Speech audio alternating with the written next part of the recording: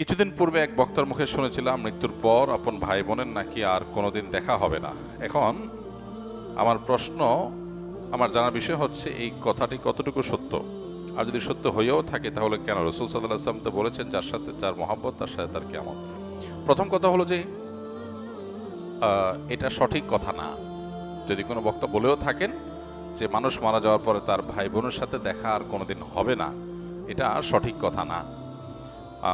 কারণ কোরআন হাদিসে কোথাও এরকম কোনো কথা বলা হয়নি যে মানুষের মৃত্যুর পর আর প্রিয়জনের সাথে কখনো দেখা হবে না, বরং এর উল্টাটা আছে। আল্লাহ রাব্বুল আলামিন কোরআনে হাকিমের মধ্যে ইরশাদ করেছেন, যে ব্যক্তি ঈমান এনেছে এবং ওয়াত্তাবা'আতহুম যুররিয়্যাতুহুম, তার পরবর্তী বংশধর যাদেরকে সে রেখে গেছে পৃথিবীতে, তারা যদি তার অনুসরণ করে, অর্থাৎ তার ঈমান আমলের অনুসরণ করে, তাহলে আল্লাহ তাআলা বলেছেন যে তাদেরকে তাদের সাথে আল্লাহ তাআলা ইলহাক করে দিবেন, সংযুক্ত করে দিবেন। অতএব এই আয়াত বরং পরিষ্কার বলছে যে কোনো মানুষের মৃত্যুর পর তার আত্মীয় স্বজন বা যাদেরকে তিনি রেখে মৃত্যুবরণ করলেন, সে মানুষগুলো, প্রিয়জনরা যদি তার আদর্শ অনুসরণ করে, অর্থাৎ ঈমান আমলের চর্চার মধ্যে থাকে, তাহলে তাদের সাথে কিয়ামতে বা আখিরাতে আল্লাহ রাব্বুল আলামিন তাদের সাথে সাক্ষাৎ এবং একসাথে থাকার সুযোগ আল্লাহ তাআলা দান করবেন। এটা এখান থেকে পরিষ্কারভাবে বোঝা যায়। আর এর পাশাপাশি নবী সাল্লাল্লাহু আলাইহি ওয়াসাল্লাম আরেকটা হাদিস আছে, আলমার ও মা'মান আহাব, অর্থাৎ মানুষ যাকে ভালোবাসে তার সঙ্গে সে থাকবে। সেটার একটা অর্থ হতে পারে যে একজন মানুষ যখন জাহান্নামী কোনো মানুষকে ভালোবাসবে, আপনি কার ফ্যান, কার ফলোয়ার, কাকে ভালোবাসেন, কাকে অনুসরণ করেন, এটার উপর নির্ভর করে আপনার গন্তব্য। একজন মানুষ যখন কোনো খারাপ মানুষ অনুসরণ করে, তখন তার সাথে কিয়ামত হবে, তার সাথে তার হাসর হবে, সে তার পরিণতি ভোগ করবে। আর কেউ যখন কোনো জান্নাতি মানুষকে ভালোবাসে, জান্নাতি মানুষের অনুসরণ করে, তখন সে তার সাথে জান্নাতে থাকার সুযোগ লাভ করবে। এখান থেকে পরিষ্কারভাবে বোঝা যায় যে কোনো বক্তা যদি এরকম কথা বলেও থাকেন তাহলে এটা সঠিক না। তবে হ্যাঁ, কিয়ামতের পর একজন মানুষ তার প্রিয়জনের সাথে তার সাক্ষাতের সুযোগ হবে না, বা গন্তব্য পৃথক হবে, যখন একজন জান্নাতি হবে আরেকজন জাহান্নামী হবে।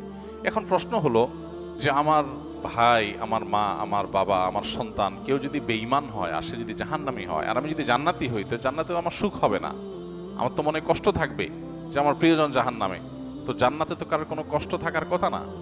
জান্নাত আজা কে আজারে নাবাসত কাছে রাবা কাছে কারে নাবাসত, ফার্সিতে একটা কবিতা আছে, জান্নাত সেই জায়গা যেখানে কোনো কষ্ট থাকবে না। তো আমার যদি, আমার প্রিয়জন যদি জাহান্নামে যায়, আমি যত জান্নাতে যাই আমি তো সুখ পাবো না, তাহলে আল্লাহ তাআলা আমাকে কিভাবে সুখী করবেন? উত্তর হলো, আল্লাহ রাব্বুল আলামিন আমাদেরকে জান্নাতে যখন নেবেন, বা আখিরাতের মারহালা বা স্তরগুলো যখন, লেয়ারগুলো যখন আমরা পার হব, আমরা দুনিয়ার মতো করে সেগুলোকে চিন্তা করি সাধারণত। এখানে যেরকম আমরা একে অন্যকে ফিল করি, মিস করি, আল্লাহ তাআলা সেখানকার পরিবেশ, পরিস্থিতি, আমাদের মানসিক অবস্থা সব কিছুকে আখিরাতের জন্য অনুকূল করে দিবেন। আপনার প্রোফাইল থেকে যদি আল্লাহ তাআলা তাদেরকে ডিলিট করে দেন, আপনার মেমোরি থেকে আল্লাহ তাআলা তাদের দূর করে দেন, যে আপনার আত্মীয়স্বজনের মধ্যে যারা জাহান্নামে গেছে, তাহলে আপনি কি তাদের কষ্ট অনুভব করবেন? আপনার অন্য সবকিছু ঠিক আছে, শুধু ওইটুকু আল্লাহর মেমোরি থেকে আপনার ডিলিট করে দিয়েছেন, তাহলে আপনি কিভাবে কষ্ট পাবেন? আজকাল অনেক কিছু বোঝা আমাদের জন্য সহজ হয়ে গেছে।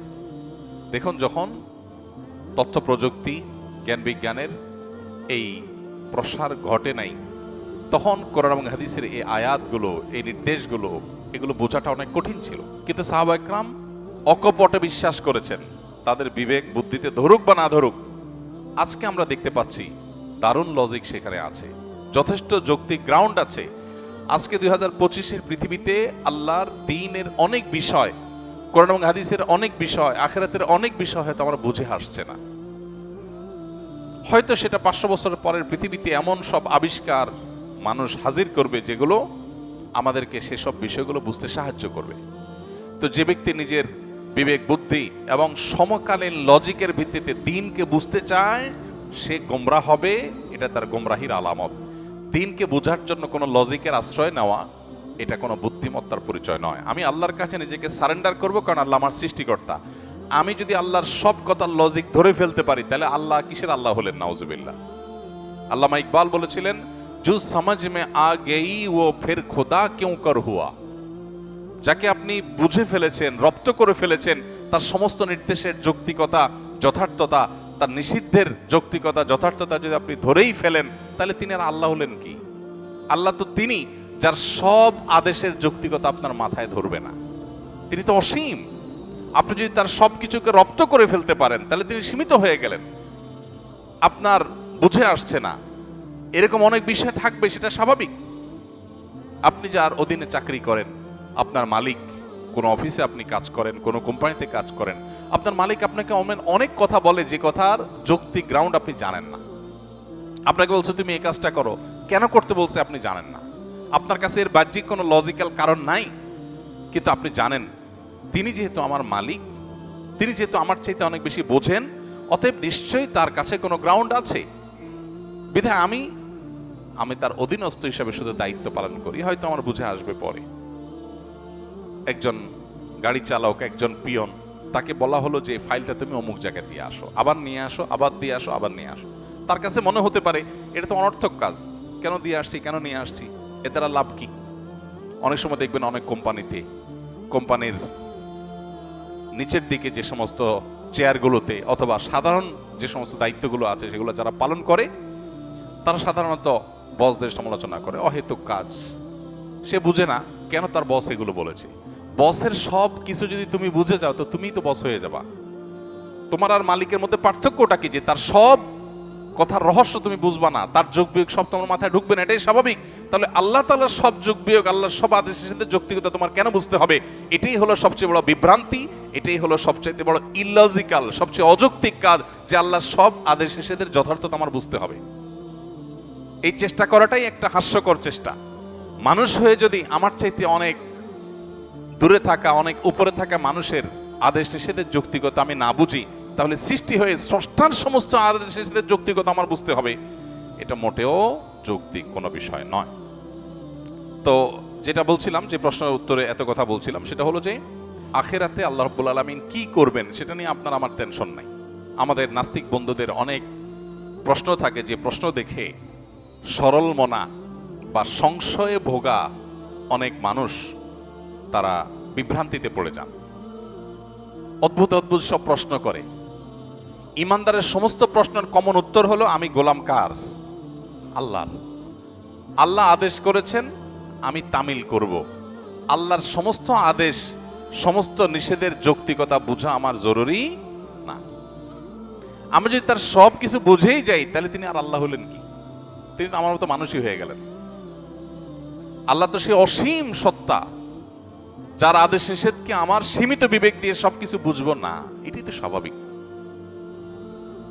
অতএব আখিরাতে কিয়ামতের দিন আল্লাহ তাআলা কিভাবে, আমার আত্মীয় স্বজন কেউ যদি জাহান্নামী হয়, আমি যদি জান্নাতি হই, তা আল্লাহ আমাকে কিভাবে সুখ দিবেন এটা নিয়ে আমার টেনশন নাই। সুখ কিভাবে দিবেন এটা আল্লাহর কাজ, আমার টেনশন না করলেও চলবে। অদ্ভুত অদ্ভুত প্রশ্ন অনেকে করে। প্রশ্ন করে, ভাই একজন মানুষ কিয়ামতের মহাপ্রলয়ের 500 বছর আগে মারা গেছে, 500 বছর ধরে সে জাহান্নামী হওয়ার কারণে কবরের আযাব সত্য। আহলে সুন্নাত ওয়াল জামাতের আকীদা হলো আযাবুল কবরি ওয়া নাঈমুহু হাক্কুন। কবরে আযাব হবে খারাপ মানুষদের, আবার ভালো মানুষ হলে তার কবরে শান্তিরও ব্যবস্থা হবে। তার লাশ মাটির সাথে মিশে পচে গলে যেতে পারে আপাত দৃষ্টিতে, কিন্তু ওই তার ধ্বংসাবশেষ, তার যে মূল উপাদান, সেটাকে আল্লাহ তাআলা শান্তি দিবেন। দেখতে দেখা যাবে মাটি, সে মাটি হয়তো কষ্ট ভোগ করছে বা সুখ ভোগ করছে, এটা আমরা অনুভব করব না। আজকের পৃথিবীতে এটা তো বোঝা খুব সহজ। আজকের পৃথিবীতে এরকম বিষয়গুলো বোঝা একেবারেই সহজ। তো এই বিষয়টা সত্য। এখন প্রশ্ন হলো, যে ব্যক্তি কি আমাদের 500 বছর আগে মারা গেল, তাকে আল্লাহ তাআলা 500 বছর ধরে কবরের শাস্তি দিচ্ছেন। আরেকজন কিয়ামতের ঠিক আগের দিন মারা গেল, যেদিন কিয়ামত তার আগের দিন মারা গেল, তার শাস্তি দিন আল্লাহ তাআলা একদিন। এখন নাস্তিক ভাইদের প্রশ্ন হলো যে, ভাই মনে করেন দুইজন একে অপরাধে মারা গেছে, সমান অপরাধী হয়ে মারা গেছে। একজন 500 বছর ধরে শাস্তি পাইছে কবরে, আরেকজন মাত্র একদিন পাইছে, এরপর তো কিয়ামত হয়ে গেছে, আর কবরের শাস্তির সুযোগই নাই। তাহলে আল্লাহ তাআলা এখানে ইনসাফ কেমনে করবেন? আল্লাহ কিভাবে ইনসাফ করবেন এই টেনশন তার মাথায় ঢুকছে। আল্লাহ রাব্বুল আলামিন ইনসাফ করবেন, দ্যাটস ইট। আল্লাহ কোরআনে পরিষ্কারভাবে ঘোষণা করে দিয়েছেন, ওমা রাব্বুকা বিযাল্লামিল লিল আবিদ। আল্লাহ তার কোনো বান্দাদের প্রতি কোনো জুলুম করবেন না, আল্লাহ জুলুম করেন না। আল্লাহ বলেছেন হাদিসে কুদসিতে, ইন হারামতু যুলমা আলা নাফসি, আমি নিজের প্রতি নিজে জুলুমকে হারাম করে দিয়েছি।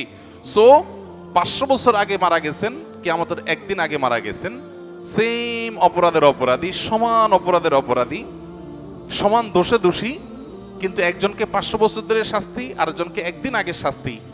এই দুইটার মধ্যে আল্লাহ ব্যালেন্স কিভাবে করবেন? তার হাজারটা ব্যবস্থা আল্লাহর কাছে থাকতে পারে। আমার এটা চিন্তা না করলেও চলবে। আল্লাহ করবেন ইনসাফ, এতটুকু নিশ্চিত। আল্লাহ জুলুম করবেন না, এটুকু নিশ্চিত। কিভাবে করবেন সেটা আল্লাহ ভালো জানেন, এটা আমার জানার দরকার নেই। এটা হলো ইমানদারের কথা। তারপরেও বুঝার জন্য ইব্রাহিম আলাইহিস সালাম যেরকম বলেছেন, আল্লাহ কিভাবে আপনি আবার প্রাণীগুলোকে একত্র করবেন, জীবিত করবেন, আমাকে একটু দেখান। আল্লাহ বলেছেন, আওয়ালাম তুমিন, তোমার কি ইমান নাই? ইমান আসে না, বিশ্বাস হয় না? হ্যাঁ বালা ওয়ালা কিল্লিয়াতমাইন্না কলবি। আল্লাহ তাকে দেখাইছেন। তো বোঝার জন্য বলা, একজন মানুষকে 500 বছর ধরে শাস্তি দিলেন আল্লাহ তাআলা, আরেকজনকে একদিনে শাস্তি দিলেন। 500 বছরের শাস্তি একদিনে। এই শাস্তির কোয়ালিটি দিয়ে দীর্ঘদিন ধরে দেওয়া শাস্তি আর অল্প সময় দেওয়া শাস্তি দুইটাকে সমন্বয় করা সম্ভব কিভাবে? আপনি একজনকে 100টা কিল দিলেন, কিল, দুজন সমান অপরাধ করছে, একজনকে 100টা দিয়েছেন, আরেকজনকে একটা দিয়েছেন, দুইটাকে সমান করা সম্ভব না? সম্ভব না। এখন কিল মাপা যায়। এখন মানুষ কতটা জোরে আঘাত করেছে এটাও মিটার দিয়ে কি করা যায়? মাপা যায়।